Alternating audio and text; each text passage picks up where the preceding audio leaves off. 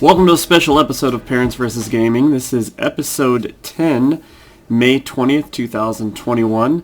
I am out on vacation, but Jay and Jordan are going to take care of you, and they're going to be discussing marketing and starting up a Twitch channel and just kind of things that you need to know. So hope you guys enjoy, and I'll see you guys next week. Hi guys, how are you? I know it's been a while. Let me bring up chat really quick, just to have that here. Hi Kia, thank you so much for being here. 2 months, thank you so much for the 2-month sub. I appreciate you greatly, my friend. Sorry, it's been a while. You guys know that. I've been gone from my stream for a while. If you don't know me, my name is Alexis Jordan. I took a quick little break because I actually quit my job and I will be full-time streaming. It's kind of risky because obviously I don't have, thank you Jay. I don't have the, biggest following or anything, but I do have such a supportive and loving community that I'm taking this chance. I got some savings. For the next 3 months, I'm just gonna really hit it hard, be streaming like every day, so you'll get sick of this face. It's gonna be exciting. It's gonna be super exciting. Yeah, so we'll see if I can do this, and if not, that's okay. Oh, hi, Meme. Thank you. Yes, I cut my hair a little bit ago. Hi, Miss Shadow. Hi, Ruckus. How are you guys doing today? I did bring a guest on. His name is Jay. Jay, tell us a little bit about yourself. For this particular podcast, I think I'm going to wear my my marketing hat for you. So I'm actually the owner of 208 Agency. It's a agency that specializes in digital marketing for small and medium-sized businesses.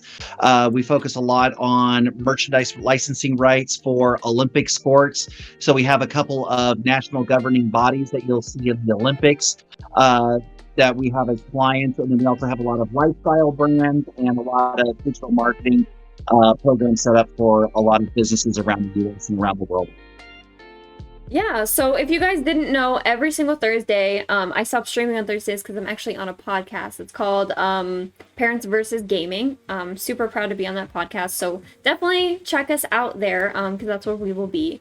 But I've gotten to know Jay over that time, and just some of the things I was just like mind blown when we were talking about just like little things in marketing and stuff, things that I didn't know or didn't think about, or just ways to present yourself that might make you go further in this industry if you're looking for that, or if you have a small business and you're trying to, reach people on social media. And so I thought that it would be an amazing thing if he could share that with my audience. So I know that most of us are streamers, so maybe you can walk away with something that helps you today.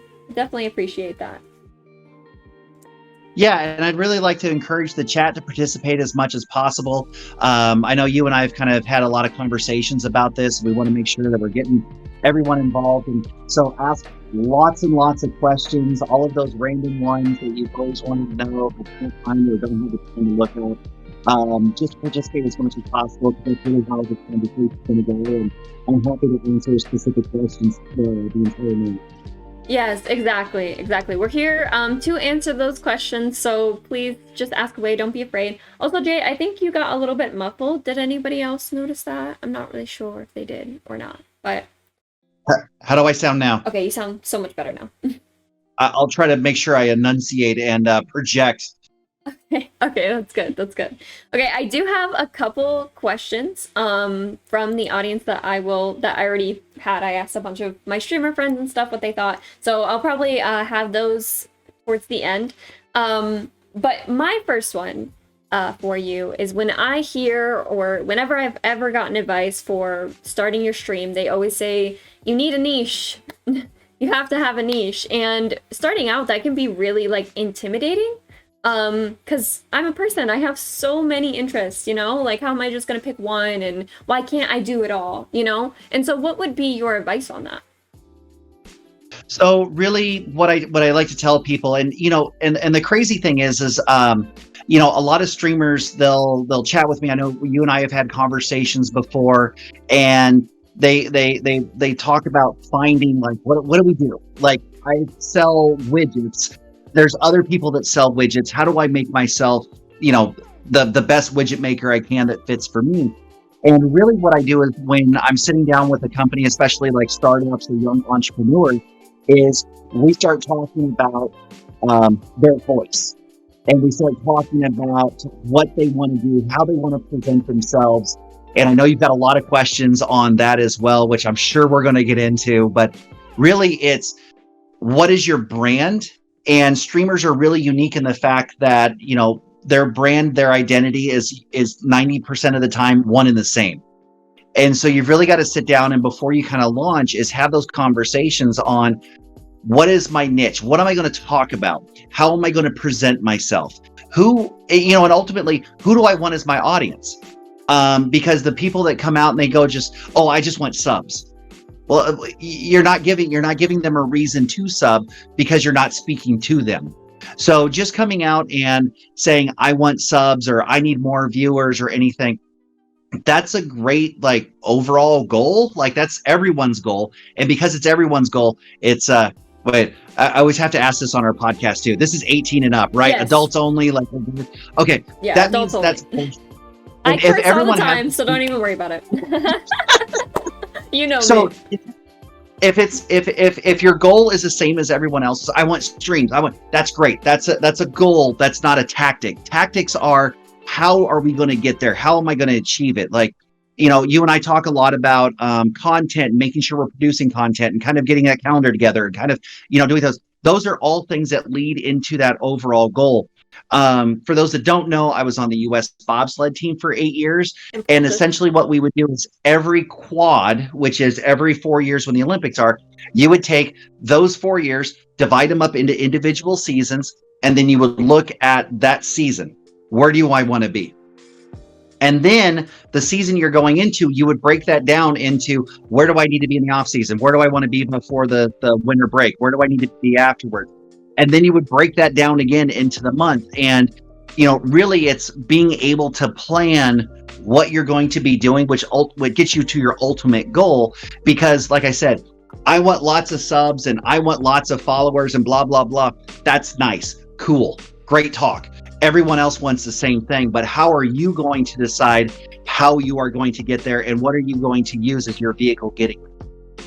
Yeah, I did have a question in the chat really quick, so I'm going to interrupt my questions for theirs. James asked, what is a widget? Is that a joke? I don't know if that was a joke. No. So what we talk about all the time is because when you're talking about philosophical concepts and everything, and you start talking about, there's always a term that we use, which is when you're giving a speech and there's a lot of different people and a lot of different areas in there, and you're talking about like a product, you just use the term widgets and sprockets because they're nothing. And so that kind of is like, if you're selling something, you know, you can talk about selling widgets and no one's going to feel excluded and everyone's going to understand that that's kind of the term that you use when you're speaking, just to kind of have something to focus on that doesn't actually mean anything, but we're all selling widgets and sprockets and stuff like that. So that's just kind of a general term that I like to use, especially in this particular case, because like for Miss Alexis Jordan here, she would be selling something different. The other folks in the chat, they would be streaming something different, their brand. And so I want to make sure that everyone knows that this is relative to everyone. All right. So I have this issue where, like I said in the beginning, like I feel like I have so many interests. Like I love horror games, right? But I also am like such a bubbly, like kind, sweet. Oh my God, I feel weird saying that about myself. But like, I try to be like super sweet to everyone. Keep talking about yourself. Keep going. No, I try to be like super like sweet and like warm and inviting, and those things don't really mesh. But I still started out like streaming. Wait, why? I don't know, because like even though I love horror games, I'm not one of those people who get like overly afraid of horror games, which I find like very entertaining to watch. Like I feel like a lot of people love when someone's like screaming on the top of their lungs, or if they fit like a certain aesthetic. Like if they're already like grungy, or like, you know, if they have like that look. No, I'm serious. Like when you go into those niches, those are the things that you find are very popular. So me, as someone who's trying to market myself, I try to look at what is working and what doesn't. And for me, like I said, like I don't get overly scared by it. So I feel like my content might be a little boring. So even myself, I'm still trying to fit like what do I want my presence to be? Like, I have lights, I'm trying to redo my overlay and stuff to maybe be a little bit more like hippie vibes. I don't really know what I'm trying to do yet, you know? So what are your tips to like narrow down? Like what should you have someone look at in their life to help them narrow down what they want to do? So there's a couple of there's one concern that kind of jumped out at me is you go, I'm kind and bubbly and blah blah blah, and then I like horror games, and those don't match. And if I was to sit there and point out to you that probably most people probably fit your personality with an interest in horror games, like you can't tell me that people that watch horror movies, like all of them are goth people running around all the movie theaters. It's just not it. And so you're allowing yourself to tell you that your niche isn't going to work. Like, say if this is what you're telling me about. So I'm outgoing, I'm bubbly, but I want to do Resident Evil. That's what I want to do. I just want to do the scariest of the scary games, or whatever games you want to do. You're self-segmenting before the market has told you whether or not it's going to be receptive to you. So if that's who you are as a person, that's going to come back as a more genuine thing and personality that you're going to put out there than it is if you just made something up. Like, oh, I'm outgoing and bubbly and personality wise, but I really want to be able to do horror games. Therefore, I'm going to do my room dark. I'm going to try to match the genre. Whereas I would say you would probably be a great candidate, if this is what your interest is, for being the gateway to, those over the top horror games. Or the really scary games. And I would say that your personality, being true to yourself and being yourself, would actually garner more interest into the games, because a lot of people look at a particular genre and go, oh, they're weird. Whereas that's not really necessarily true of any genre. That's just the associations that people have made already. So I would say the first thing to do is don't let yourself and your personal challenges that you have with your personality. Like, everyone's like, I always tell people, like, look, I got a face for radio. Like, I am fine getting on a radio. James, it took him forever to get me on that podcast, because I was like, oh, cool, let's do a podcast. And he was like, yeah, it's going to be on camera. I was like, I'm good. I'm good. And so, it got me there. But he had to sit there and point out and goes like, dude, no one cares what you look like. It's Twitch. And so, I had to get over my preconceived notion. So even as a marketing professional, I still had catch myself doing that. And I would caution you against doing that, because I think there's an audience out there for that nice combination, because not everyone needs the doom and gloom and the blood and the cat eyes and the contacts and everything like that a lot of people do. There's a market for everyone out there, with especially as popular as streaming is getting now. So what you're saying is, even if you don't think that you fit a particular mold, maybe if you combined your interests, you can find a different kind of niche that people might be looking for? Absolutely. And I think that's probably the best summation of just kind of all of those points that I just kind of rambled on about is, really do you and find out if that works. Like, that's, you're gonna get fans. And I would say that I know there's a lot of streamers that take on personalities and characters, and as long as you can separate those, you're fine. But it's usually, most streamers are successful because they're genuine, because they care, and their passion for whatever they're doing comes through in their work. So that's actually what my next question was going to be. So that was a great segment. There's kind of like a debate in a lot of people's heads, whether you should put a character online, whether you should kind of pretend to be someone else, or like the perfect version of X, Y, and Z, or if you should be yourself. And there are a lot of pros and cons to each. And I mean, I even have some thoughts on this, but what do you think? And what do you think is like the best way to go about that? The tough questions already, guys. The tough questions. No, this is a tough one, because, and I use this phrase a lot. It's know the monster you're going to wrestle with.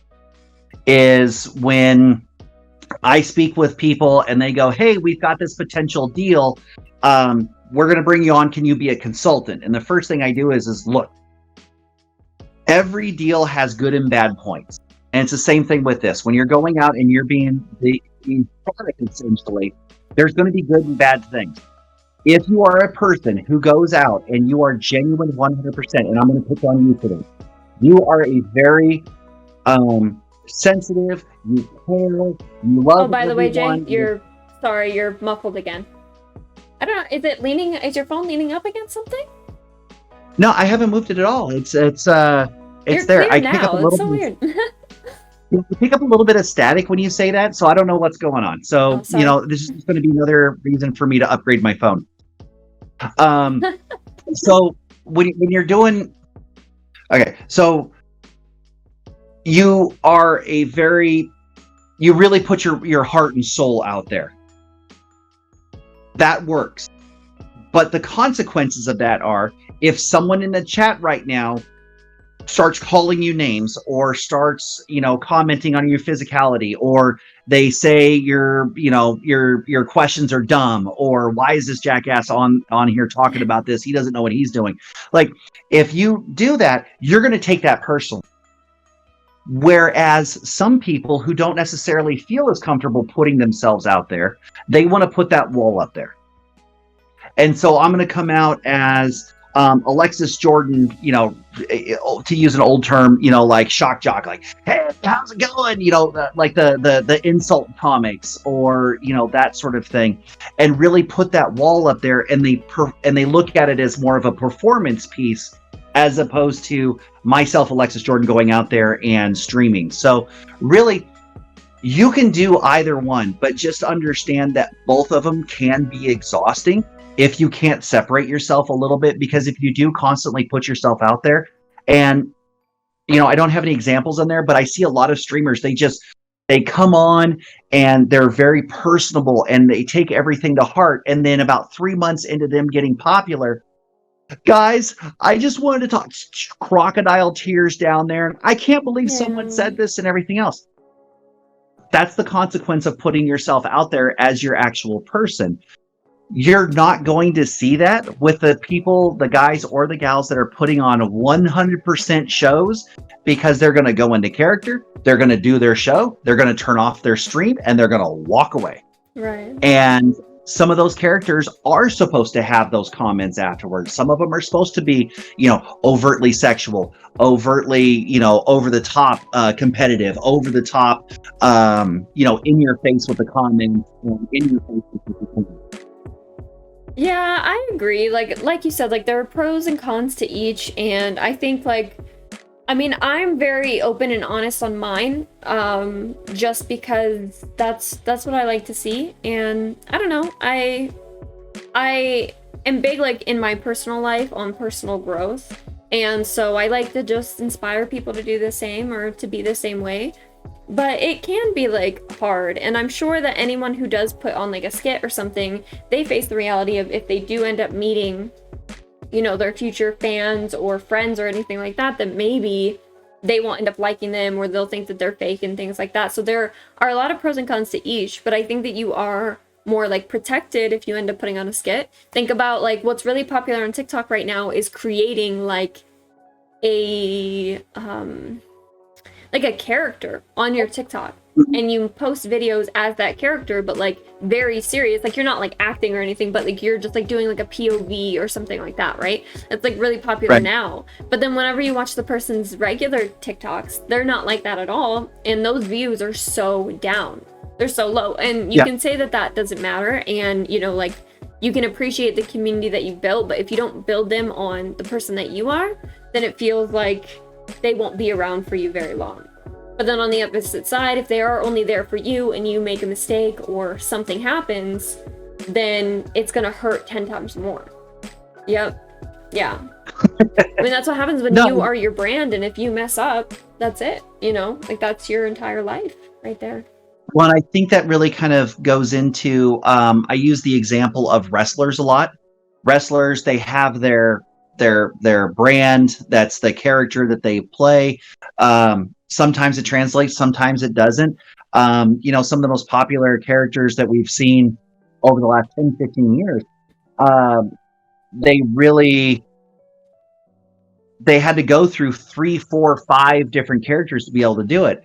Well, streamers have the same option, but you also have the option, unlike wrestling, you have the option to be yourself, which is a big difference from those type of characters. And sometimes they hit, sometimes it's a miss, and sometimes, I hate to say it, people get pretty blown up when they're themselves and nobody wants to watch. And can your ego and can your personality handle that? If one of the hardest things people have is, oh my God, I put my heart and soul into this, and they go, yeah, we still don't like it. And you just have to be prepared to be able to eat it when someone goes, oh, well, my mom and 3 of my friends from high school and my roommate watch my stream every night, because you're boring, or because you're interesting, or because no one really understands what you have to say, or your niche isn't working, or whatever it is. You have to be prepared for those slings and arrows as well, too.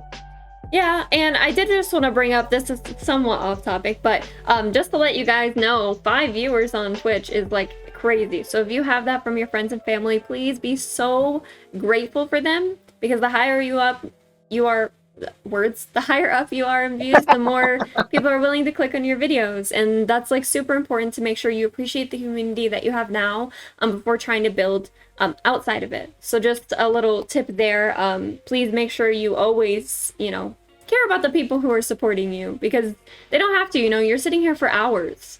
And like for me, like I try to lurk on my friends' streams, but sometimes, it's hours out of a day. So it's, they're putting in a lot of work as well, just like you are. So just remember to appreciate them. Absolutely. The next thing that I was going to ask you, how important do you think is networking? Like what priority should you put networking? So I own 2 companies. They're both very successful. I love your coffee cup, by the way. Thank you. I made it on Valentine's Day. Oh, really? Yeah, I put it on that's really cool. Yeah, I have like a little merch. Anyways, off talk. We can talk about it later. No. Hey, just so you know, for all the young streamers out there, that is a perfect setup by your guests to be able to plug yourself. And it is okay if in the course of conversation you get a good plug in. So we're gonna practice right now, just like I would practice with anybody else. Okay, so let's do it again. Take a drink out of your coffee cup. Ready, guys? All right, here we go. Yep. Here we go. Ready? Oh my God! Hey, I love your coffee cup. Thank you. I actually made it on Valentine's Day. Tyler bought me my merch. I have player 1. He has player 2. Has my name on the bottom, but you can always get that removed. But yeah, I have I'm so nervous. I have so much fun creating merch, by the way. I have a bunch of stuff like actually coming out sometime soon. I'm working on it really hard right now. So once I do, I'll be wearing it on my stream all the time and letting you guys know that you can get it. Just a great way to be able to support me if you want to. Much better. It is okay to offer up merchandise. It's not okay to beat them over the head with it and tell them that your dogs are going to, or in your case, your cat is going to starve if they don't buy it. Oh. So Jesus, hopefully not. No. Okay, sorry, we totally got off topic. What was the what were we going to? How important is networking? Oh, okay, so I can tell you exactly where it's. Okay, so I own 2 companies. I have thousands of followers on LinkedIn, and I have a network that spans around the world. For 3 hours today, I was on a virtual networking thing where I was just going around. It was like speed dating networking. Like you got 10 minutes to talk to everyone, that sort of thing. And I do it like I scheduled it 2 hours into my day, just because networking is so insanely important. Okay. The reason why, there's a gentleman there that I happen to run across. He is a Hollywood producer and actor, and no one national, no one you'd have heard of, but he does a lot of voiceover work, and he's starting his own podcast where different Hollywood people are going to be coming on this podcast that he knows, being an industry insider. And I happen to mention our streaming podcast, and he goes, "Oh man, that's fantastic. We should do a networking thing with other people and then maybe get together in a location, and then we could all jump on each other's streams and podcast and knock it out over the course of a weekend and get a ton of content." So yes, networking is insanely important. And not networking in the, hey, what can you do for me? It's the networking and the mutual sort of thing. It's jumping in people's streams. It's getting to know them. It's making sure that you reciprocate. So it's not the I see a lot of groups on Facebook. It's like, hey, follow for follow, and you follow somebody and they never see you back. That's a great way to kill your brand and kill who you are. But yeah, networking is insanely important, even if you have to get out of your bubble a little bit. Find things that don't necessarily cause you so much stress that you can't speak to somebody. So, virtual is better for some people. Face-to-face is better for some people, but definitely network outside of your streaming community, because like myself, I wasn't a big streamer, big podcast, or anything like that until James asked me to do it, and now here I am doing it every single week. But I have a lot of outside experience, not necessarily in the Twitch universe. For anyone who didn't understand him, he just said that before James, he wasn't really big into podcasts or anyone in the Twitch universe, but he's obviously been more into it lately for sure. Oh man, I was gonna go on. Okay. So yeah, I actually got my feelings hurt the other day.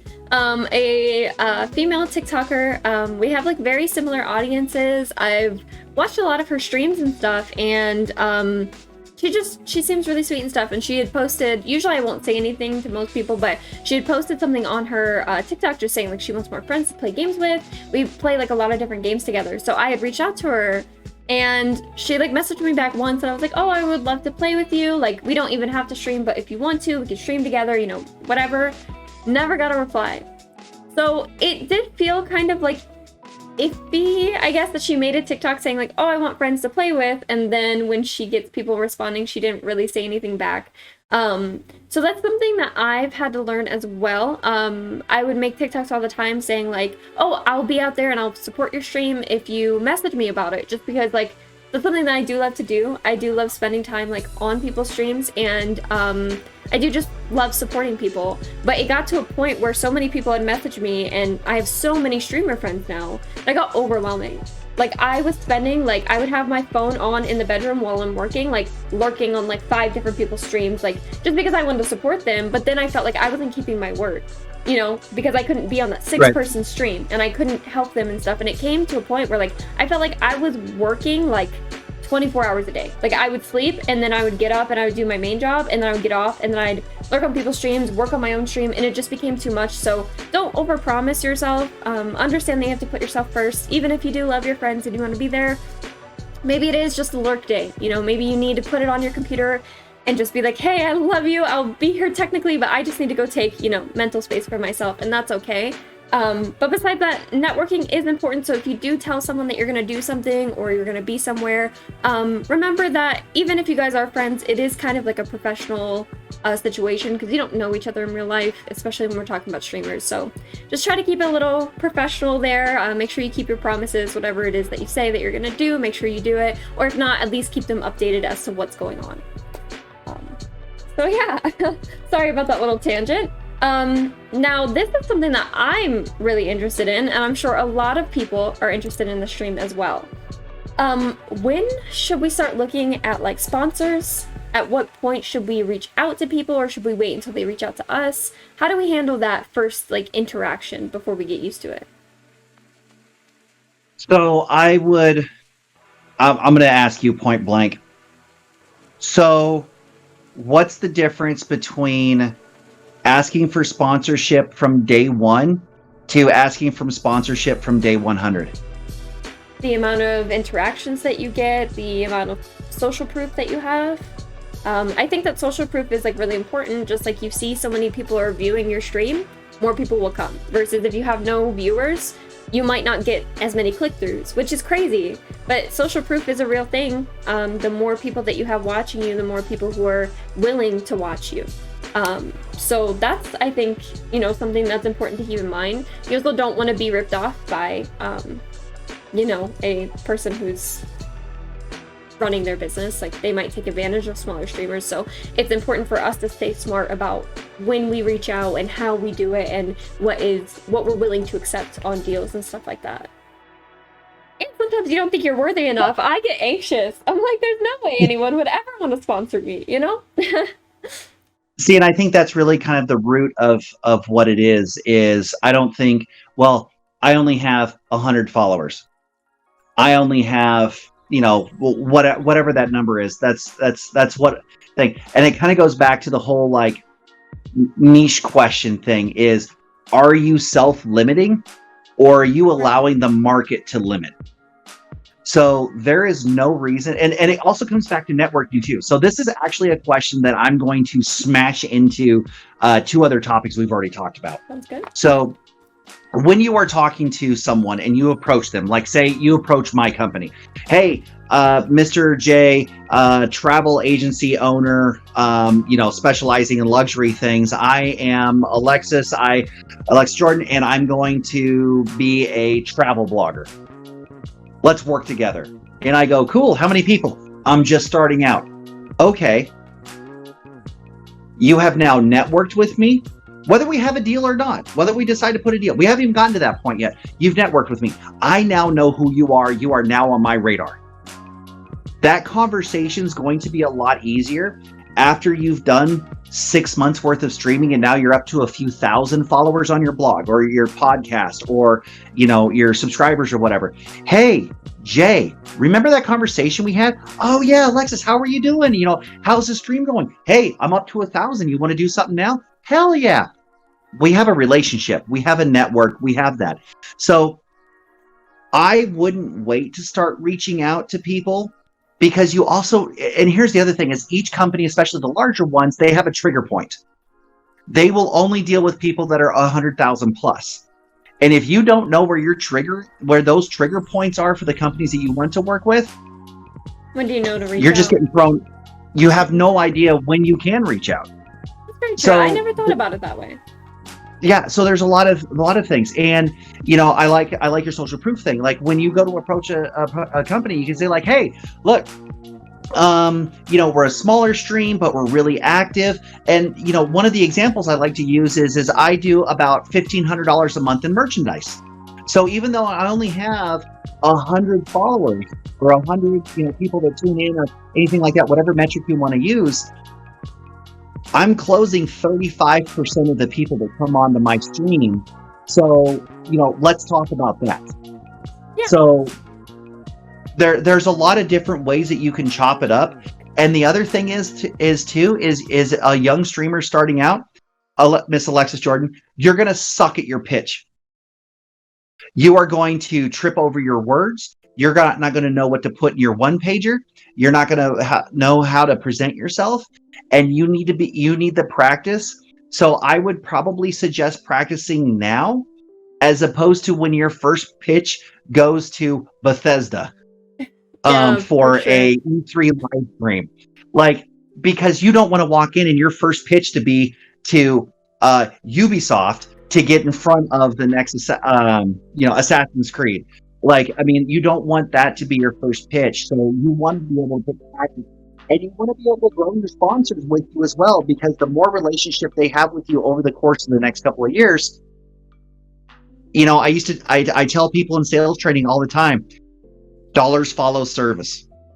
And so if you're taking care of them, you're doing a great job, you're speaking of them highly, you're speaking on their brand points, you're able to deliver traffic, you're able to talk about things, you have guests on that are relevant to them. Like you go out and in your network, you have the voiceover actor for Haley. And you have those particular things on there, and you're supporting them in either direct or indirect ways. Those conversations become a lot easier, and now they're going to support you as well. And so that road is going to go back and forth, because maybe the brand is even, hey, I want to talk to a indie game maker, and part of the pitch is not only will I present you with this, I'm going to give you an outlet to be able to send 2 or 3 voiceover actors or an artist or the storyboard person or the inker or whatever it is. And we're just going to create that grassroots so we're kind of top of mind. So there are a bajillion ways to cut up deals, especially for sponsorship. And And it really is what separates the good ones from the bad ones, because the good ones go out and they have different guests and they have different guest spots and they have merchandise and they have those things. And then the crappy ones go, oh, well, I went to EA, I run a sports stream and they didn't give me any money. Now EA sucks. Like, no, dude, you suck. Like you gave EA nothing to work with other than look at my stream. I have some subscribers, and they go, cool. So does everyone else. What do you do that different? What are you separating yourself by? You know what, that makes a lot of sense, because I've been thinking about it too, you know, when to accept sponsors, especially since now I will be full-time streaming. I have not accepted my first sponsor. I've had like small little offers here and there, but I haven't done it yet. But it's true. I've been thinking about reaching out to maybe even local businesses or just something small, starting, not asking for any money, just asking for like product in exchange. Hang on. Why not? Well, for smaller businesses, I'm not talking about like someone who's well No, established. why not? But if it's someone local, then I wouldn't want to take. I wouldn't want to. That just feels. This isn't you taking. This isn't you taking, and I guess that's kind of like the frustrating part I have with a lot of streamers when I'm talking to them about it is they're like, oh, I'm taking money. You're not. You are offering a service. You're offering them the screen time. You're offering whatever the deal looks like. You're going to sell their merchandise on your shop. You're like, whatever that deal looks like. This isn't charity. You're not running out and going, oh, please, sir, may I have some more? Like, you're not running around with your hat in your hand trying to beg and plead people. Now, you're not going to get a giant check with like 2 commas in it. But you can sit there and stroke a deal where you say, look, I'm going to do this. I'm going to do this. It's going to be $500 if you want product placement on 3 different podcasts, up to 1,000 viewers. After 1,000 viewers, it goes up to 500. And then after 5,000 viewers, it goes up to $1,000. Y'all taking so notes? You could, yeah. So you can do a step program and still have it where they see the value of it. So stop. Allow the market to dictate. No, allow the market to dictate, not you, because you're going in with the assumption of, oh, well, I'm a nobody. You have to go in with the mentality of, I'm a somebody. I'm not a beggar. I'm not one of these influencers that goes around and says, I'll give you this for this and blah, blah, blah. You're not that person. You are a business and you need to operate as a business. So I am going to talk to you about my deliverables and what I can deliver to you. And now let's talk about the value that you're going to place on that you're going to provide to me. Jay is teaching us, all of us, our worth. Just please thank him in the comments, teaching us our worth. I got fired up. Sure. Let's go. That actually brings me to a question from, before words. Kia asked, do you think product placement is a good way to advertise or anything on stream? We see it in like different places, but on stream, how do you feel about product placement?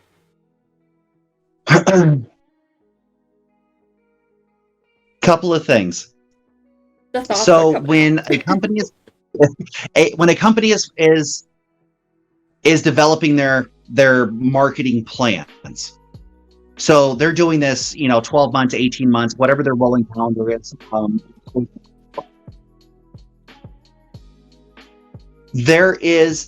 You kind of start to assign things like, okay, so our digital ad spend is going to be X. Or, different things are going to be X. Like this program, this in-person program is X. There's always going to be programs where you go, this is a branding exercise. I'm not trying to sell things. I'm trying to get eyeballs on my logo, eyeballs on my brand. Product placement has a place for that. However, as a streamer, if you rely on going up to somebody and go, hey, I'm going to put this cool Player 1 mug on my stream the entire time, they go, cool, and what? Right. Branding from a streamer point of thing is a piece that you throw in. It cannot be the meat and potatoes of your presentation. There needs to be more specific contact. When I was working at SeaWorld in the partnership and promotions department, I was managing accounts of about $5.5 million.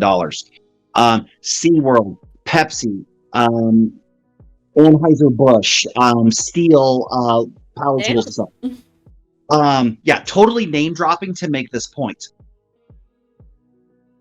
They had signs in the park, and everyone would be like, "Oh my God!" Jay, give me a second. Let me pause because they said that you were muffled for that. So I'm just gonna summarize Oh no. what you had kind of said Okay, before. sorry. So what he said is like product placement, it has its place. Like what he said, like for my mug, you know, it's my own merch, so no one is paying me to show you guys this. No one is sponsoring me to say this. But if you were with a business working and you know you had agreed to work with them and you had just done product placement, if you didn't talk about it, that's not going to be enough. You have to advertise what it is that you're agreeing to. But maybe for your own stuff, like for me, like I said, when I come out with merch, I'm going to be wearing it and stuff so you guys can see it first and foremost, you know, and it's not going to be like a sub donation or anything. You're going to be getting something back for it. So I will have it on like in my stream so you can just see if you like it. You know, the more you see it, the more you might think, oh, I might like it, X, Y, and Z. So really quick, one of my biggest tips is even if you aren't even affiliated yet, create merch. Like, don't just throw it together, but Stream Elements does have a free way for you to create it, where your friends, your family, just people starting out who wants to support you can get something in exchange instead of just donating to you. You know, they can actually pay for a product and you can get money for that. And again, it can be something you practice with, like a little pitch to your friends or something about, you know, your whatever it is that you're making. And that's going to be really important in the future when you are working with brands and stuff, is that they're going to want your input on certain things if you're making like your merch and stuff. So good to have those ideas now, or to work out, oh man, I made this but I don't like it, you know, like just a thought. But yes, product placement does have its place, just not with official like sponsors. I don't think they'd like that very much. Well, it's always kind of a throwaway. So when you see something, so I used to do with those big companies and stuff, is my part of my thing was sponsorship of venues inside the park and different areas and stuff around it. The value to them was a little bit of the branding exercise of having, you know, at one point, Southwest Airlines sponsored the Penguin exhibit there. And so that was a major 6-digit a year program. But in addition to that was a lot of things that they didn't see. It was VIP experiences into the park. It was meet and greets with Shamu, with their clients. There was a lot of other stuff that went in there, but all people saw was, oh my God, how come Southwest Airlines is spending $150,000 a year on a stupid penguin sign out in front of the thing? There's a lot more that goes into it than that. So when you see people that are doing the product placement, especially on streams, if they're doing a good job or the deal is good, there's a lot of other stuff going on behind it. Yeah. So when you talk product placement, and I think I figured out when I'm muffled, there's like a little bit of a static on my end. And so I'm just going to stop talking. Yeah, so I sound good now. Yeah. But I'll let you know when I hear the static again. So product placement is a part of a deal. It is not as big as some of the other executables. So it is a part of the deal, but don't rely on product placement to get any revenue from a sponsor. Yes. Okay. So when you see, okay, I'll make this a little bit bigger. So Lucas Oil Stadium for the Indianapolis Colts. Everyone goes, they've got naming rights. It was like a $5 million a year deal, and it was just huge. And everyone goes, oh my God, how come they pay $5 million for that? They don't. That happens to be part of the deal, but the rest of the deal is they get to send 50 employees a year to spring training camp. They get VIP sections and a VIP box inside the stadium. They get free parking passes. There's a lot of other things. They get autographed merchandise. They get, you know, the coach will come down and speak. So it always kind of looks, and especially when it's reported in the press of these big deals, like these naming right deals and stuff. There's a lot. It's just what you can see is the sign in the front. In this particular case, relating it back to you, is your product placement. So your figurine on your desk or whatever it is. There's a lot more that goes into it. So product placement has a piece of it, but do not rely on it, and don't go to market with, oh, I'm going to put your thing on my stream, and they go, cool, and what? Yeah. Yeah. I love it from the old movie. And then no more and then. No. And then like you just keep going. And so putting that thing in there. See, We do have like on your coffee mug. See, like on your coffee mug, I would put your merchandise website on the bottom. Oh, I just put my Twitch name. No, But maybe I should on do the the actual bottom. So when you Oh. drink it, your website comes up. or my face. That would be so funny. Anyway, Like it's I'm like kidding, a must, but yeah. like the bottom part, like they're doing with the masks. You know, it's just like this. that would be so funny. We do have a couple questions in the chat. So this was more of a statement from Jason, but I have something else to say about it. Jason said, I've never looked at product placement and been like, oh yeah, I want some of that. Having someone actually talk about it works better in his opinion. That's very true. But even my fiance, his dad bought him this chair. I should bring it on stream once because it's like freaking awesome. But I swear every like official streamer has this freaking chair just like made custom for them. I don't know the brand, but especially for people, maybe even parents, like Googling like best chair, gaming chair or whatever, you're gonna see that in every single big streamer's stream.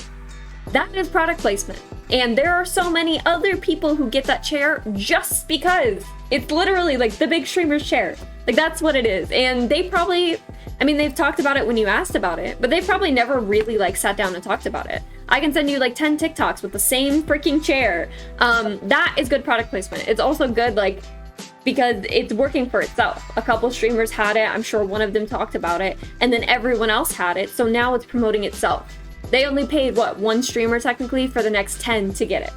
So that's Well, you know, the a other good thing that- way to have it.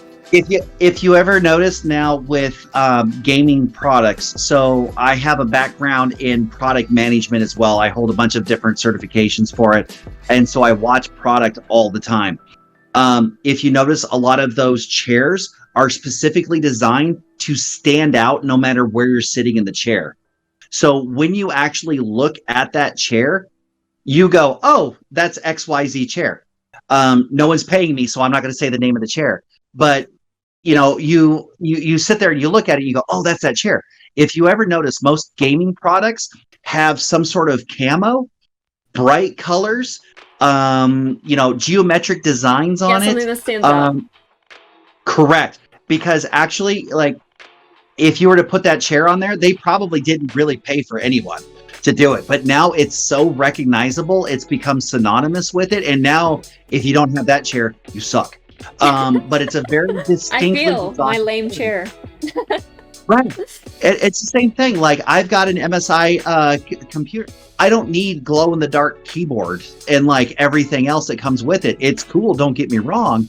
But anyone else looking at it goes, oh man, he's got a nice gaming rig laptop, man. That thing's a baller. And I'm like, yeah, I know, like blah, blah, blah. You know, but it's being able to recognize that from, you know, far away. Whereas, you know, typically Office, before streaming became popular, those colors weren't there because they're more expensive. Now manufacturers integrate the product for design for streaming. Smart. Without streamers actually ever knowing it. So there's actually an entire product design team that goes, okay, cool. What stands out on Twitch? Why do you think everything's lime green? Not me integrating green into my stream. But it stands out. Yeah. Like if you were to look at the screen right now, the green in your lights actually stands out more than the purple, even though you've got way more purple. Yeah, it's same my thing with the favorite. streams. That's why they're using neon colors in gaming. There's no reason to have neon colors in gaming. But that's exactly why, is because there's so many people streaming now. They're starting to design their products to be able to stand out in that stream, either passively or intentionally with placement. Right. So that's what I said. Like I said, like maybe they paid one person to, or a couple, like a tiny handful of people, but everyone loved it so much. It stood out so much, you know, it became such a trend that everyone wants it. We do have another question. It says, say there is a successful small business run by a family member, unrelated to the stream, like an eBay store or Etsy. Could it be claimed as a sponsor without violating Twitch rules? There's no money exchange, just like a shout out. Personally, I don't think so. Twitch is interesting. Like, if you are just starting, I would say please try to stream on YouTube. No offense, Twitch, please don't like take me down. I don't think they can. But personally, I would try on YouTube because YouTube lets you have your own sponsors. Twitch likes to try to control your sponsors. But let's say you're not necessarily getting paid for it, then I don't think, how can you say like, oh my God, look at my cousin's business. Like, isn't this so cool? personally, I don't know if that would be a problem. Jay, do you know anything about that? So I'd be really interesting to see how Twitch can control what's on a stream when it comes to sponsors. And that's something that you're going to have to educate me on, as far as what are the rules that you kind of see out there on why they would not be able to give shout outs, give sponsors, give everything like that on a Twitch stream. Do they have some sort of weird rules on the terms and services that I just don't know about? I think they do. Like, they really try to limit who you sponsors. Like, I won't talk about it anymore on Twitch. Maybe I'll start streaming on YouTube and we can talk about it a little bit more. We'll see. But read your terms and services words. Yeah, read that contract that you signed. Just make sure you're staying safe. But like I said, if you're not getting paid for it, I don't see what the difference is between that and someone holding their iPhone on stream. You know, like, you didn't get paid for your iPhone, but if you're like, oh my god, I love my iPhone so much, and then someone goes and buys it, you're not getting paid for that interaction for them to buy the iPhone, are they? No, you're not. Just like my lights back there, if someone asked me, oh my god, where'd you get those lights, and I link you to them, I don't think that counts, because it's just like a question. Like, what if you're just like, this is my shirt, you know, like, and someone likes it? I don't know.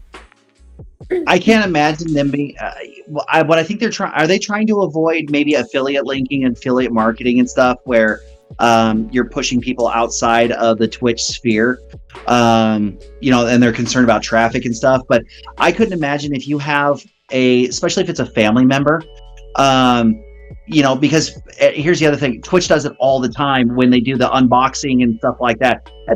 They're getting product and they're putting it right on Twitch. Sorry, I just had to show chat that I'm engaged. So. Just for anyone. I got some weird comments. But we're not going to talk about it now. We'll talk about it later. Okay, the static's gone. Can you hear me now? Yeah. Okay. But I can't imagine Twitch shutting down a streamer, especially considering some of the things that I've seen that people have been able to get away with, for being able to plug a family member's Etsy site. You know, I would be blown away if they're that draconian, just because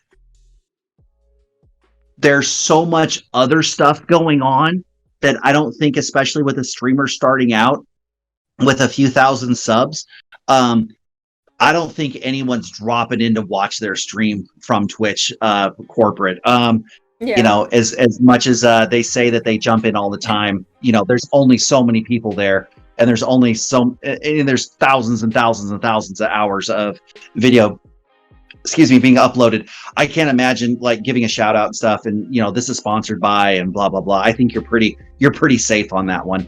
Obviously, I'm not a lawyer. Don't don't hold me liable, blah blah blah blah. But definitely check your terms of service. I don't think you're going to be in getting into trouble on that at all. Okay, yeah, that's what I thought as well, but just wanted to ask. The only thing I would say is as a word of advice, if you do approach your family member's business for sponsorship, I get very nervous when I involve family in that. That's very true. Family or even friends sometimes. It can just get a little... So there's two separate issues on that question. So it's the Twitch terms and services, which I think you're probably in the clear on. And then the other thing is whether or not you want to see your Uncle Phil, who owns a gaming parts store, coming to you and going, ugh, you were such a waste of money. Like, because you're going to see him at Thanksgiving and Christmas and everything else. And so that's always a concern as well, is that family element. And I would be very, very careful with that. Yeah, or if they never pay you.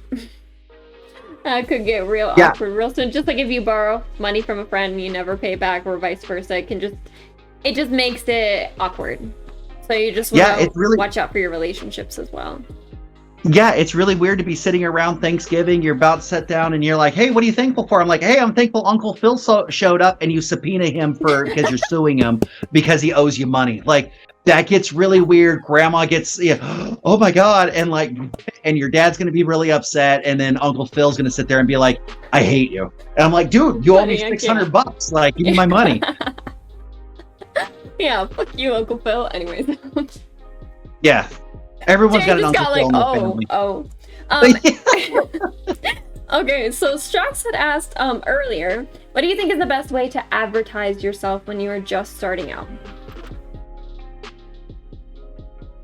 Oh, that James is gonna be such a- really, really happy blurring or muting my "fuck you" Jill comment twice now in his podcast. He's gonna be real happy with me.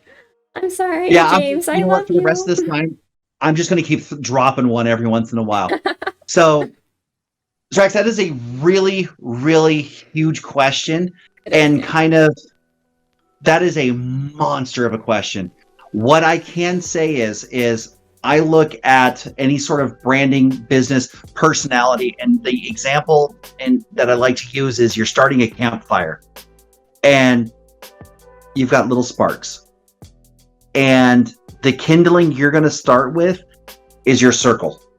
It's going to be your aunts, your uncles. I know when James started out, I told my mom, I need you to make a Twitch account. I need you to jump on. Mom, I promise you're not going to understand most of what myself and James and Mix Alexa Jordan is going to be talking about, but I just need you to jump on with your account and watch. And then get my friends involved, and then those friends get their friends involved, and it's that build. But you got to have that little spark to start with. And I always say, start with your friends, your family, the people that love you, that care about you. They're going to be the ones that give you the best feedback. My mom is not that person to give me great feedback because she thinks I'm the greatest in everything that she's ever seen me in. So that Same. is, you My gotta mom's a rock star. Yeah. So, but my friends, they'll call me up afterwards and be like, dude, you sounded like an idiot when you answered blah, blah, blah. I'm like, shut up. I was trying to drink water and everything. Yeah. So that's kind of where you want to start, is kind of start and then kind of branch out and then start looking for those opportunities. You have to not treat yourself as a streamer. I'm going to jump on, I'm going to stream from 12 to 1 every day. And then, all of a sudden, poof, followers magically appear. They drop out of the sky and they sub and they do everything. And now I'm going to E3 as a guest host. It's not how that works. You got to start with that little spark and then take those opportunities, like reaching out to other streamers. Hey, let's do a trade. I'm going to come on your show. You come on my show. I'm going to hustle and I'm going to go to these networking events. They're not Twitch networking events, but you would be amazed at what you can get out of these different ones.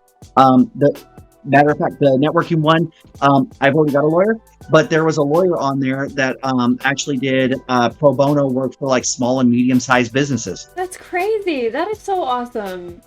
So for somebody who is starting out, who needed their LLC set up, who needs their tax, their EIN number and stuff set up, that's a great resource. But you have to treat it like a business. You are a business, and you have to get out of the mindset of, hey, I'm going to stream, and then have this other things, because you need to have the plan in place of when you start to take off to be able to protect yourself. And then also to be able to have that plan going forward and be able to take those opportunities when you can. Yeah, I also think a big thing, and Strax is going to hate me for this because he didn't want to hear my advice on this. It is starting things like TikTok, YouTube, Twitter. I don't freaking understand Twitter, but I try to post like once a day or at least once a week there. Because you never know when your audience is going to come from. 2 of my audience members, even though it was a little awkward, came from me playing Valorant tonight.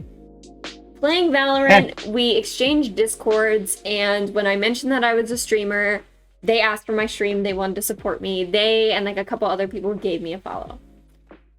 You never know where you're going to get that interaction from, and it's not always going to be through that game. So let's say, Strax, you play Apex all the time, but most of the time you play with your friends, so you're not going to have that interaction with someone else. So you need to get outside. Twitch is not going to push your content, which sucks. But like I said, if you want to stream on YouTube or something, that might work better for that, but I don't even know what YouTube does to push streams. And you have to understand that streaming is such a... If it wasn't popular now, I would think it was outdated. Because look at TikTok. TikTok's super popular. We're talking about 60-second, 15-second videos. Like, most of the most popular ones are 15 seconds or less. And you're talking about... music. Yeah, and you're talking about someone watching you for hours. People watch streamers for 8, 10, when they do their subathons for days. They will sit there and watch you, which is crazy, but that is a lot to ask someone, and they have to get to know you before they're ever going to click on your stream. And even if they click on your stream, it is going to be for about 0.5 seconds, and if you are not laughing, howling, screaming, if something interesting is not happening right then and there, which is hard, like, think about going hours, like, all crazy, that would be really difficult to do, they're not going to take interest. So creating stuff on other platforms where people can get to know you and, you know, connect with you in a shorter form, they might actually come over to Twitch where they can see you longer form. But it's really hard to ask someone to sit there for hours and talk to you. You know, like, I met you guys through friendships, and I, you know, built that bond and we've talked, but not everyone's going to be that way. So you have to put yourself out there, in my opinion. So one thing that's been driving James nuts, because, and for those who don't, I always forget that I'm not actually on James's stream right now. Sorry. Good. James and I play Call of Duty all the time. And instead of playing like, and I know a lot of games have these modes, instead of playing like BR duos, I force him to play BR quads and play with randoms all the time. We have gotten so many people following James because we're using it as a networking tool, because James and I like to think we're really funny. But, you know, we just start, you know, having those conversations and, you know, hey, won't you go ahead and follow us on stream? Like, oh, on Twitch. Oh, cool, man. I'll look you up. And sometimes it works, sometimes it doesn't, but that's just kind of the grind that you're going to have with networking. And there's a lot of games that have that option where you can play with random strangers. And if they seem like cool people, invite them to check it out. And if they don't like it, then they don't like it. And, you know, or if they don't want to follow, they don't follow, and we just move on. But that's kind of the kind of what you got to do, is just kind of get yourself out there. I completely agree with you. Oh, the other thing is own your handles. So even if you're not going to be on Instagram, go get your handle that's related to your Twitch stream. Because it might not be important now, but it might be important later. And unbeknownst to people, yes, you can, as a business, reclaim your handle if someone else has it, if you are trademarked, but you have to go after it in order to be able to do that. And it takes a long time. It's a pain in the ass. Sometimes it gets expensive. And so prior to that, as you're setting up your Twitch stream, go get your handles from all your social media platforms and go sit on them. Yeah, and I know that, so weird, sorry, give me a second. So I know that for Twitch, if you get like a good amount of an audience and someone with your preferred name has that name already, you can actually request Twitch. And if it's not active, if it hasn't been active for a certain amount of time, they will take that name for you. So it's something to look at. If, like, I know Strax was actually worried. He wants to shorten his name, but all of the names that he wants are taken. So Strax, if you end up building yourself up, then maybe one day you could have whatever name it is that you want, if that person isn't active on their Twitch. So that's good to know and to have. So the best part about that is that's actually Twitch covering their ass legally. It's not them being kind. But yeah, if you want to, if you want to do that, but yeah, if you want to do that, you are going to have to be able to prove that you use it, to prove that it's a revenue generator, to prove a lot of different things. And the key is it can't be used, or that you have a trademark name. So when I was talking to a streamer, and I won't mention James's name, I told him, look, you have to set up an LLC and run this as a business, because you have to be able to defend yourself as you continue to grow and as this comes out. Because if Strax, I don't know what I know he's got a long name, but and I forget what the rest of it is, but if he wants to go after Strax, he could actually set up his business as Strax and actually legally trademark his name. And then as long as he is progressing to that, he can actually sue somebody else for using that name. Yeah, that makes sense. I mean, I think for Twitch alone, you actually don't have to go the suing routes. Like you can, if you have a good audience, you can actually just talk to the people on Twitch and they will take it as long as the person's not active.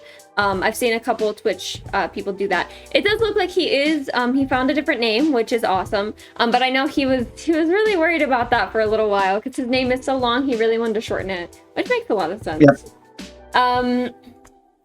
Damn, I have a couple other questions like in my head, but I can't think about it. We kind of went over this one already, but I will expand into like a slightly different topic.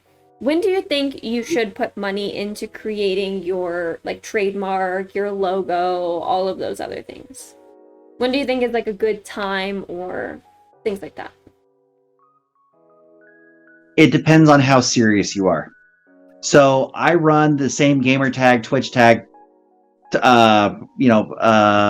see here, Instagram, everything like that. It's US Bobber. I have had that forever. I created it when I was on the US bobsled team. That's when I first got my PlayStation account and everything. And I was like, oh, well, there we go. And just kind of ran with it. I am unique enough, and I've never tried to do anything enough to the point where I felt like I needed to do it. When I created, because I was never trying to monetize it. I was just trying to get stuff out there and make sponsors happy and everything. However, if you are your own employee, and you are essentially going to be working for yourself, I would look at it sooner rather than later. So if it's something where you're just going to be streaming and you're going to have fun, and every once in a while someone will kick your money and everything like that, that's fine. But in your particular case, if you're going to create a brand and a business around it, I would look into it sooner rather than later. And I'm not going to bore everyone on the advantages and disadvantages of legality, taxes, all kinds of different things you can write off. One particular thing would be, I'm not sure how big your apartment or house is, but wherever you stream, you could say that is your office, and you can actually benefit from your taxes, as a self-employed person. So there's a lot of different advantages and disadvantages, but you really have to be realistic with yourself of, do I want to invest the money now in myself because I know for a fact I'm going to take this as far as I can go? Or if you're on the, all right, we'll see if it works out. Those are two totally separate answers and two totally different sets of timing as well. Yeah, that's true. Because I've thought about it as well, but just a short little story for anyone to know. I paid a good chunk of money, not exactly what I would pay now, because I just think it was kind of a dumb idea, but I paid a really good chunk of money. I really liked the logo that this person had made for me. I got it through Fiverr, but I look at it now and it just doesn't fit the aesthetic that I'm going for. I bought it when I first started because I'm like, it'll be more professional, I can create merch out of it, X, Y, and Z. But I look back at it now and, my family, luckily it was only my family who bought it, but my family bought that merch and I'm never going to use that logo again because it just does not fit me as a person. So sometimes it is like, it's hard because you want to establish yourself and you want everyone to take you seriously. And everyone says, if you want to be taken seriously, you need X, Y, and Z, but you don't even know what your stream is. Some people don't even know who they are yet. Like Miss Shadow, I think it said, it's hard for her. When she's, outside of her home to figure out who she is. And your stream is going to take a lot of work. You are going to transition. Anyone who's been here for a long time can't count on their fingers how many different overlays I've had. Okay, and that's just overlays. Like, think about my freaking logos. That's wild. Imagine if I paid each and every time I wanted to switch. It's just not going to happen. So I've thought about paying, for my name and things like that and the different names that I might want to be later on. But I think about it now and I'm just like, I personally am not ready for that because I don't know what I will evolve into. But the second that I feel confident in what I'm doing, what my name will be, X, Y, and Z, that's when I will invest the money in it. Also, just be smart. Know that buying extra equipment and things and buying a logo is not going to get you views. Those things, even though it helps you seem professional, if you aren't having people there supporting you already, you're just throwing away your own money. Please just focus on the quality of your content, of what you're putting out, and that's really what's going to matter the most. I 100% agree. And I always like to use the example of, I'm a big Star Wars fan, so big fan of Star Wars memes. And the funniest memes are the ones where like the quotes and there's just like a straight black box over the top of them and they change a little bit of the wording on it. And it's clearly, it is not a Photoshop job by any but what I'm reading and the content and the context of when that joke is being done is still hilarious. And that's the example that I use is people will be able to understand and appreciate your content regardless of what your overlay looks like, regardless of all these other things. You know, and the other point that I would like to make is if you don't look back at yourself and what you were doing 2 or 3 years ago, and you don't like, we could have been better, or, oh man, I could have done this better, then you're not growing as a person and you need to kick your own ass. Yeah. Because, you know, look back at all the logos that Apple Computers has had. And you look back at some of them, you're like, oh, that's cool, retro. And then other ones you go, ugh. Like, just, ugh. Like, but, and then you look now and you're like, oh, that's a clean aesthetic. Well, yeah, because they continue to grow and design changes and design whims. That's why you can look at a house and be like, oh, that house was designed in the 70s. I would never own that now, but it's a cool retro house.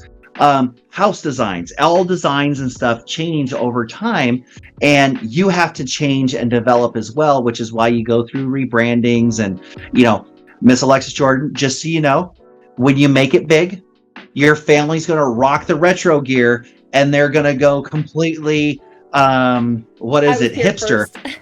And look, I remember when it looked like this. And they're going to have the cool retro gear that everyone's going to want because no one else had access to it when you first started. I guess that's true. That's something to think about as well. I love you guys, by the way, everyone who supports the stream, everyone who comes out to the podcast, by the way, guys. Like I said, it's every single Thursday. I am just, he disconnected real quick. That's why I look all funky, but we're going to wait until he gets back. Let me see if I can position myself into one. Hello. Do you like my ukulele? I tried to learn how to play it. It didn't really work out too much. But until he gets back, I'm just going to hang out here. Thank you so much for the follow. I very much appreciate it. Okay, he's somewhat coming back. But anyways, yeah. So anyone who doesn't know already, we have this stream every Thursday on my other friend's podcast, James. Is it I Am the Gaming Dad? Is that what it is now? I Am the Gaming Dad. Oh, which brings me to another great point. When you're choosing your stream and your handles, James ran into this face first, and I brought it up to him when he first did it. He's like, no, it's fine. Make sure you use a name that when you're telling people who you are is easy to understand. Yeah, simple enough. So James's original one was Gaming Dad, and the I was a number one. It looked cool, but the problem is when you're speaking it, you go, I am the Gaming Dad. He would have people all the time, I can't find you, dude. Like, I went looking for you, I couldn't find you. Same thing when you use a lot of characters, when you use a lot of like different keyboard characters that nobody can understand. Is that a comma? Is that a period? There's a lot of different things on the aesthetic as well. So definitely look at that as you're trying to do it. Sorry. Yeah, no, that's a good idea. Because I was gonna say that would work for a bunch of us gamers because we understand that. But with James's niche, we are called, Parents versus Gaming on the podcast. This was just a little subsection for my little group of people since James couldn't be here tonight. But typically, we handle topics dealing with parents and children, and who is watching that? Mostly parents. So parents might not, know that the gaming lingo is to switch things with numbers, or things like that. So knowing your audience is important as well, and that's why I said, before picking your name, you might just want to chill with your name. Like right now, I'm Alexis Jordan 998, and on TikTok, I'm Alexis Jordan 998 or something like that. I might not want to stick with this forever. That's how you guys will know me as Alexis Jordan, but I might want to change my actual name in a little bit just to be a little bit more catchy and stuff. But I want to know my audience before I pick a name, and I really want to know this community so we can all decide that together and pick what's best for us, if that makes any sense. What? I have a question. Yes. So you got that big fat rock on your ring finger now. Yeah. For 2 years. Are you going to change your last name? I don't know. So it would be Jordan Norton in that case. That would be my name. It sounds kind of funny. So, just so you know, my wife didn't change her last name. She has an established career, and she's an absolutely one of the most amazing people I've ever met. She was already like her own person, and she was having success and a career woman, and just amazing. And the other thing was that she asked me, she's like, is it going to be a big deal? I was like, no, not really. I tease her about it now, because whenever the school sends home stuff, it's like Jay and Jamie Knoller, and I just laugh and I make sure to leave the mail on there because I know it's not her last name, but everyone just assumes it is. But yeah, I mean, that's something to consider as well. Is like with you, that's why I ask, because I know you're not using your name. Is that something that's going to cause problems later on? Is it better to go with something that is a representation of who you are as opposed to your actual name? Both of those answers are 100% correct, but it is just something you put a little bit of work and thought into. Yeah, and so before we end this, because I know we are going on a little bit late, just to let you know, usually the podcast is like strictly an hour. If you know my streams, they don't start on time, they don't end on time. So James is gonna have a lot of fun editing this. But I just wanted to throw out some quick questions. What are we supposed to say? What are we supposed to say right now to get him to have to edit it out? Cut? Fuck. No. Fuck Uncle Phil. That's what it was. Fuck Uncle Phil. No, okay. Okay. Ask away. And Jesus. Do you ever want to do a collab? Yes, depending on the collab, you can always message me. Funny how I got on the podcast is actually James sent me a really heartfelt message. I hope, James, that this is okay. Probably should have asked you. But he told me that watching my streams was a big inspiration for him starting the podcast and him getting himself out there, and that he's been super happy lately. And then he asked me to participate, and it's one of the best decisions I've ever made. I love you guys so much. I know James isn't here, but I love your presence and everything like that. I appreciate you coming on here, doing charity work, reminding us of our worth. Hello? You're like, hey, get that money, okay? You deserve more. Or can we talk to this guy if we need help? You can talk to us every Thursday night on I Am the Gaming Dad's podcast. He's been commenting if you want to click there and press the follow button. Every Thursday night, we're always there answering questions, just bringing up different topics. So we will always be there. But yes, sorry, going back to that. So yeah, if you message me, I am more than happy to talk to you guys about it. And again, before we end the podcast, I'm just going to go over a couple things that I think might be useful. Kia had mentioned something about this earlier. About having like a no cam stream. My personal advice is people will connect with a face and a personality. So even if you don't have a cam, there are a lot of people doing, I forgot what they're called, but they're like animated characters that they'll put on there, or even just like a little cute character on the side, whether that be like a little anime girl or something that represents you, even if it's like a little anime like animal or something. I would say put that there. Yes, VTuber. Thank you. You should. It's been so long since I've seen you. Hi, hope you're doing well. But yes, those are growing in popularity, and I think that's very important. If it's just your stream, unfortunately, I'm not saying that you can't make it. I just think it makes it 10 times harder for you to make it. So if you're thinking about going no cam route, please think about creating some sort of art or asking someone to create some sort of art for you for that, because I think that's pretty important. What do you think, Jay? I think that it's a horrific idea. The reason why is because the no camera platform is called a podcast, and that platform already exists, and the people who are going to appreciate that type of stream, broadcast, whatever you want to call it, are already there. And so why would you try to okay, so there's a different voice and interactions with every. Okay, here we go. If we go and you look at different things, there are certain expectations to every single platform. Twitter, concise photo, 280 characters, done. LinkedIn, there's going to be a link to it. There's going to be really good, hard-hitting substance, very professional, very well written, very business-like. Facebook, dumpster fire. Instagram is going to be pictures and quick little snippets. TikTok, Hoochie's dancing, or really funny like videos. Hoochie's dancing. That's me. So each one's going to have its own thing. So if I go into TikTok, I am not going to have success showing a clip of me working on my dissertation for my TED Talk. It does one of these. People aren't expecting that type of medium to be delivered.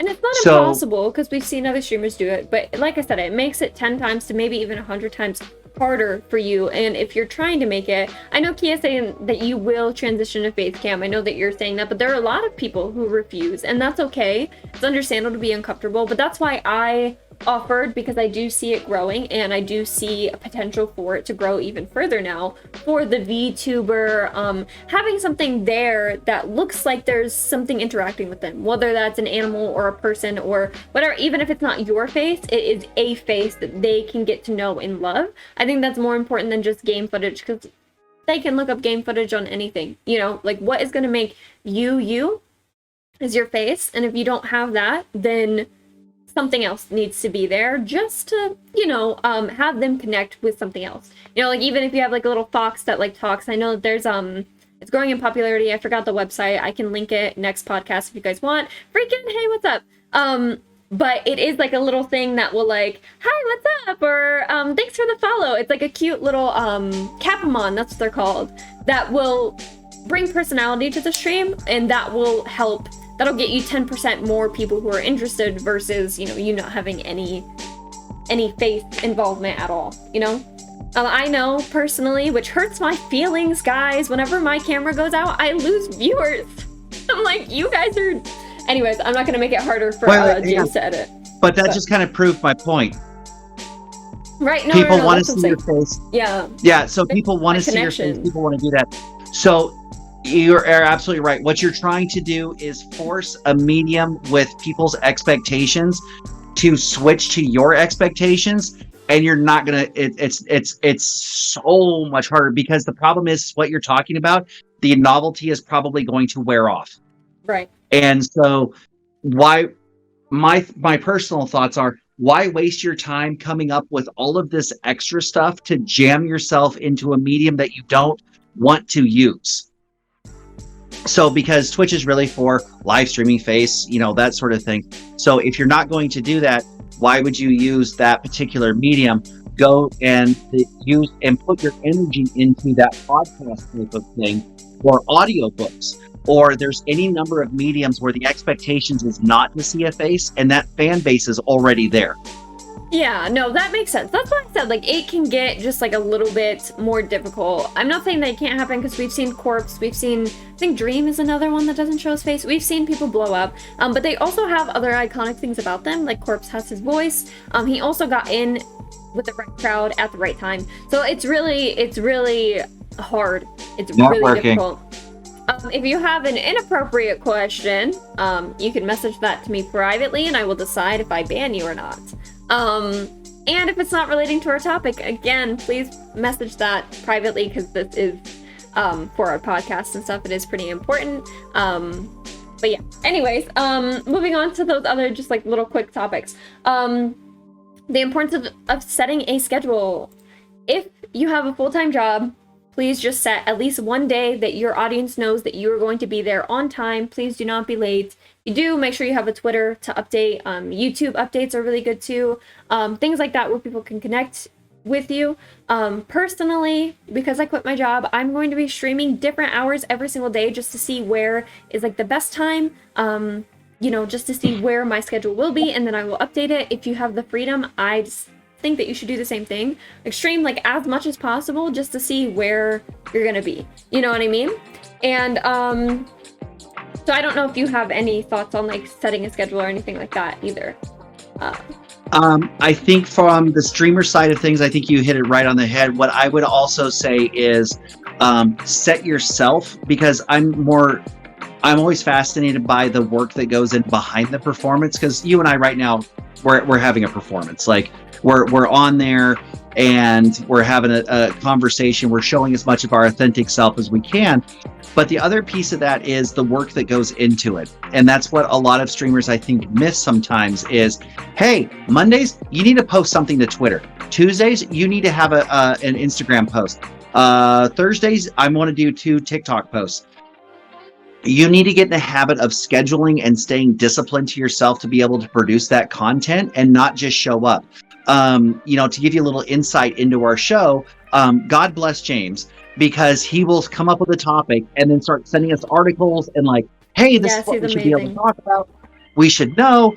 And, kind of my piece in that show is not knowing what the hell anyone's talking about, is really just kind of going in, where as Alexis Jordan and I Am the Gaming Dad are both very well informed and very into it. I have a tendency not to do it because I want to be able to bring a completely different perspective from a 100% outsider. So as much as it drives both of them nuts, because James does a ton of homework on stuff. He goes, oh my God, did you read the article? And I'll be like, no. Like, we're just going to go ahead and go. But the business side of that is making sure you hold yourself accountable and people can expect when content drops, on the different social media, on the different, you're absolutely right.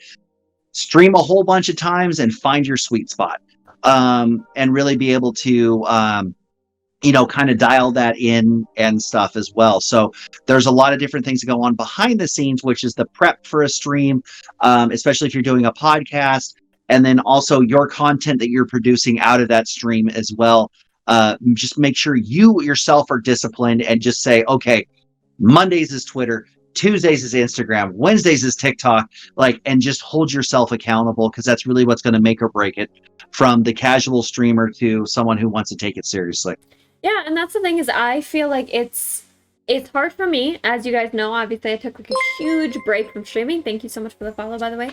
But for the past 2 weeks, I have not streamed, and it's just been because of my mental health and things like that. I didn't want to leave you guys out in the cold, obviously. That's why I started off with my explanation when I got back. I have been updating somewhat to Twitter. If you guys follow me there, my updates will always be there. But a good thing is, if you do struggle with mental health, on your good days, please create batch content. Especially let's say you know that you're not going to stream for the next couple weeks because it's going to be really hard. Create a bunch of content on TikTok and YouTube. The day that you're feeling good, just create so much content that when you're missing somewhere else, you are present in a different place and people won't forget. I'm not saying to not take your mental health seriously, of course you should, but just try to remember that people care about you and they want to see you, and that's a big part of your growth is you being there. So it's just about being responsible while also taking care of yourself, of course. Tell Jay right now he better read up on E3 for next week. He made an angry face. That was from James. Hey, tell Jay he's in Turks and Caicos. No, you know what? He's in Turks and Caicos. He's in a tropical island right now with his family. He gets to say nothing to us. Yeah, James, you're not even here. Get out of here. The last thing that I'm going to mention... Well, wait. One thing. You are absolutely 100% correct on batch content. I would just tell everyone best practices. Get in a habit of never mentioning dates. Get in a habit of never mentioning days, time, any sort of identifiable pieces to that. Just produce the content and don't say anything else. Don't say at the end, hey, I'll look forward to seeing you guys on Friday. I'm probably going to be streaming Apex. And if that's something that you're kind of thinking about doing or not really doing, we talk about the podcast on Thursdays, because between the three of us, we are going to do a podcast. But especially if you're just yourself, don't put that kind of pressure on yourself. And also your content will be able to last longer as well. And so you can do that batch content where it's just generic posts, generic streams, generic stuff like that, which is still great content, but don't limit yourself to mentioning timely topics or something. Hey, I just read today that XYZ happened. That's a dating piece, and that's something that can prevent you from being successful with your batch content. That is accurate. Like I said, for Twitch, I would say minimum 1 day a week that you will be able to make it every single day. Please try, unless, like I said, mental health is really taking a toll. Obviously, you're entitled to breaks, just like from your job, you have vacation, things like that. But 1 day a week, if you are taking this part-time and you want people to take you seriously, you can stream whenever. Other days, you don't have to set anything. But 1 day a week that people know that you're going to be there, so you have that viewership and things like that. Like I said, social proof is such a big big part of all of this. If you don't have viewers there, viewers are not going to come to you. If you don't have people talking in chat, people are not going to stay. It's very important. Like, I see some of my friends, I'll sit there and I'll type like so much. Like, I will literally sit there and type, and then all of a sudden you see other people joining in.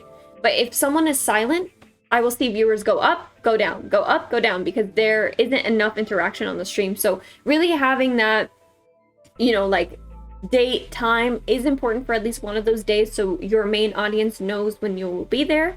As for Toasty, you asked about mental health, how it might not help you streaming. That is accurate, but also this is just coming from personal experience. Streaming has helped my mental health so much. Like, I was at a breaking point when I started streaming. Like, I would literally cry up until I got on stream, and I would cry right when I got off, just because I'm like an emotional crybaby. But like, it was getting to a really bad point.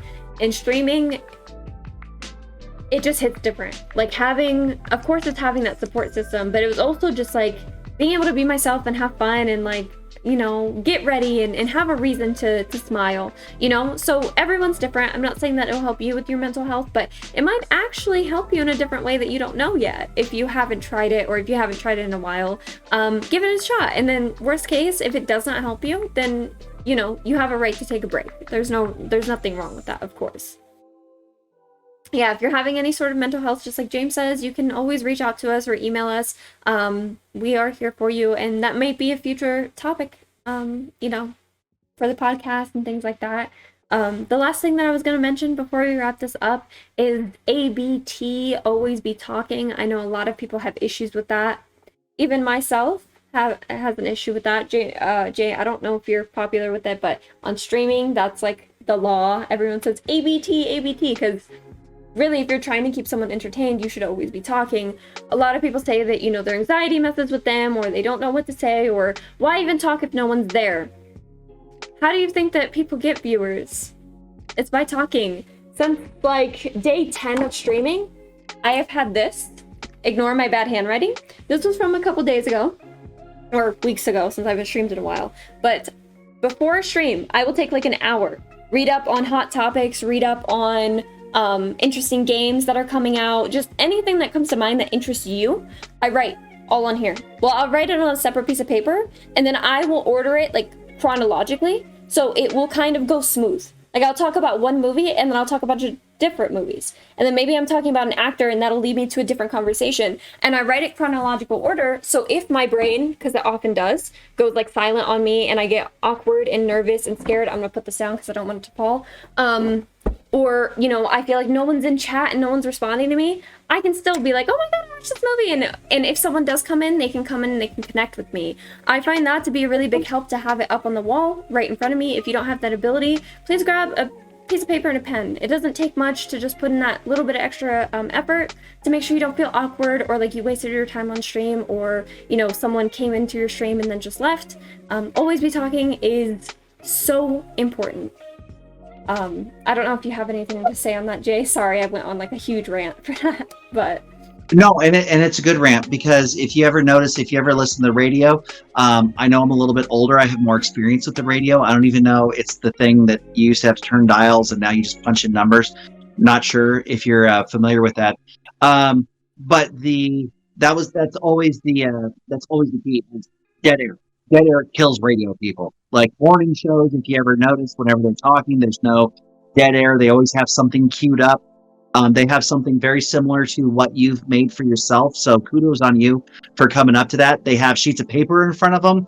They have exactly what topics they're going to talk about. They have exactly how long that they're going to talk about. As a streamer with a more creative and more open area, you don't have to play music and stuff. So you have a lot more flexibility on that, but it's the same concept, is just have something that you can always kind of chat about. You know, God bless you for sending over your list of questions that we were going to talk about tonight. That it was an amazing, I'm sure it was an amazing list. But really, it's it's having that, because as a host and as somebody who's driving with you, a lot of times you're not going to have a guest on who's going to be able just to rap with you back and forth, who's going to be able to say, fuck Uncle Phil. Like, you're not going to have that. If you put that on a shirt, I would like merchandising rights. But But if it's you're absolutely right. You can just have topics. You can just mumble about stuff. Interact with your chat is going to be something that's huge because you want to make that connection with them. And I've seen I've seen James, I've seen a lot of streamers do great things where you see them kind of vapor lock, where they're like talking about something, they're playing a game, they just kind of stops. Guys, what are you guys doing in chat today? Is anyone doing anything this weekend? Like, just being able to have those kind of generic questions, or being able to say, oh man, hey, I totally forgot, did you guys see the new trailer drop for the big 80s action hero event that's going on Call of Duty? Right. And the thing is that it can be awkward asking, like, how's your day today? And then if no one's responding because they're nervous, they're new, or even if you have a couple friends that lurk on your stream but they're gone for a second, it can feel really it can really put you in a bad mental state for you to see even a couple of viewers and be like, oh my god, how are you guys doing today? And no one responds to you. Like, it can make you kind of sad. So I try to avoid that unless I have someone super active, and then I'll ask something like that. But for me, it's always going to be about me, upcoming things, just like different topics that someone coming in that might be nervous talking might get interested. If you're talking about Harry Potter, maybe Harry Potter's their favorite thing in the entire world, and they just go in theories, and then you have a new best friend, So one other thing, don't throw out those open-ended questions without addressing them towards somebody. Yeah. So that would be the other thing and that's why chat can get real sloppy real quick, especially if you got like 30 people replying all at the same time. And so if you go, hey, what's everyone doing this weekend? That's not going to get you as far as like, hey, Mrs. Shadow, hey, what do you guys, are you guys doing anything this weekend? Because now you're having that conversation, and Miss Alexis Jordan, you do a really good job of kind of bouncing between people and making sure you're including people, and it's not just having that one-on-one conversation. But when you reach dead space, reach out to someone specifically, because you're more likely to get an answer rather than, hey, what are y'all doing this weekend? Because everyone goes, oh, somebody else is going to answer.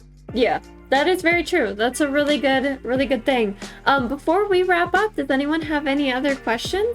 I know that James was picking on you. I don't know if you have the chat open, Jay. But he said Jay is being sponsored by Idaho Senior Living. Oh, well, he's very upset because I don't remember if it was Crash or if it was Shadow that finally got him to break on his podcast, because they were saying something about James doing AARP or something like that.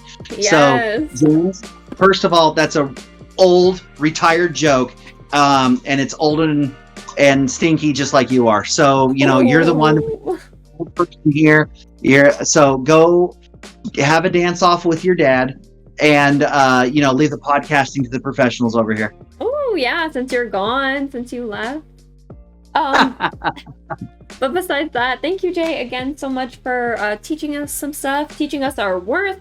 If you guys do have any other questions, James put the email in the stream like a million times. You can always whisper us, message us. Most of you guys are from TikTok. You can always message me as well, and we can get to it in another podcast as well. Please check out the podcast. That would make my day so much. But yeah, did you have anything else, Jay, before we sign off? No, as I like to sign off on the podcast, I coach an indoor arena football team. We won again last week, and so we play tomorrow. So thank you much. So we will be playing again this Friday, and looking to take our record from last year and this year to, I believe it's 16-0. So fired up for that. So that's what I got going on this weekend. That is awesome. For me, I will probably be here on Sunday. Sorry for the long break. Like I said, my last day is actually on Monday, so I might be here Sunday, I might not. But after that, you're pretty much going to be seeing my face every single day, so get ready for that. Thank you guys so much for joining us. Again, thank you, Jay, for sharing your knowledge with us. Besides that, I hope that you all have a wonderful evening. I love you guys so much. Bye.